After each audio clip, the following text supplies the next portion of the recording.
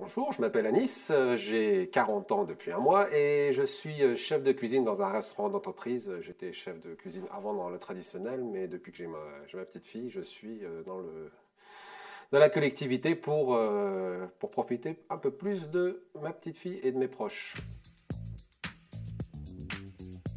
Alors j'écoute l'after depuis le début, depuis le fameux match de Lyon, et puis j'écoutais ça tous les soirs parce que comme avec mon boulot, comme je travaillais du soir avant, bah, c'était mon échappatoire face au travail. Et puis du coup maintenant, comme je travaille que la journée, j'écoute ça principalement en podcast, toutes les émissions, même si c'est même les afters du week-end, pour avoir vraiment toute l'analyse du football sur toute la semaine, quoi. Alors, ce que j'aime dans l'after, c'est vraiment le côté zéro filtre, dans le sens où quand le joueur est mauvais, il faut vraiment dire quand il est mauvais, quand une équipe est bonne, quand un sélectionneur ou un entraîneur se trompe de choix. Et puis, ça aborde les thèmes aussi qu'on n'a pas forcément l'habitude d'entendre dans certains médias, la formation, le supporterisme, voilà, et puis beaucoup de culture vraiment purement technique foot n'aborde pas forcément, que survolent les autres médias. Il faut savoir qu'à la base, moi, je suis pas un grand lecteur, mais j'aime justement les livres ou voilà, les magazines qui vont pousser beaucoup plus la réflexion sur les sujets.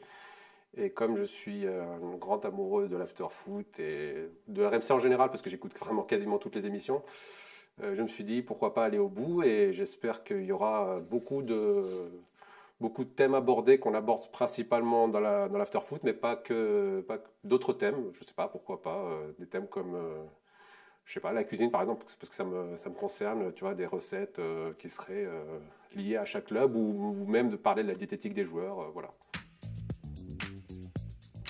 Alors, je veux pas brusquer, faut pas brusquer Daniel, hein. La carbo, normalement, la vraie carbo, c'est avec du jaune d'œuf, pas de crème, pas la carbo à la française, hein, du vrai jaune d'œuf avec du guanciale et voilà, du pecorino, parmesan, des pâtes al dente, hein, pas comme certaines pâtes qu'on a en France. Donc voilà, faut pas froisser Daniel, la vraie carbo, c'est ça. Alors je fais un coucou à Gilbert, le taulier, hein, le fameux Strasbourgeois. Je peux associer toutes les personnes de l'after à des recettes, par exemple. Gilbert, c'est un peu la choucroute, mais enfin, c'est pas sur la tête, mais voilà, c'est vraiment la choucroute, quelqu'un de généreux. Euh, je peux associer aussi à Jérôme le côté melon Porto, tu vois, le côté, voilà, c'est un peu le boulard, mais le Porto qui a du mal à passer, mais bon, avec une petite pointe de caviar quand même pour son côté passe décisive. Et puis Daniel, c'est vraiment le côté voilà, généreux de la carbonara ou avec un petit verre d'asti. Enfin, tu vois, un petit verre d'asti, tu vois, le côté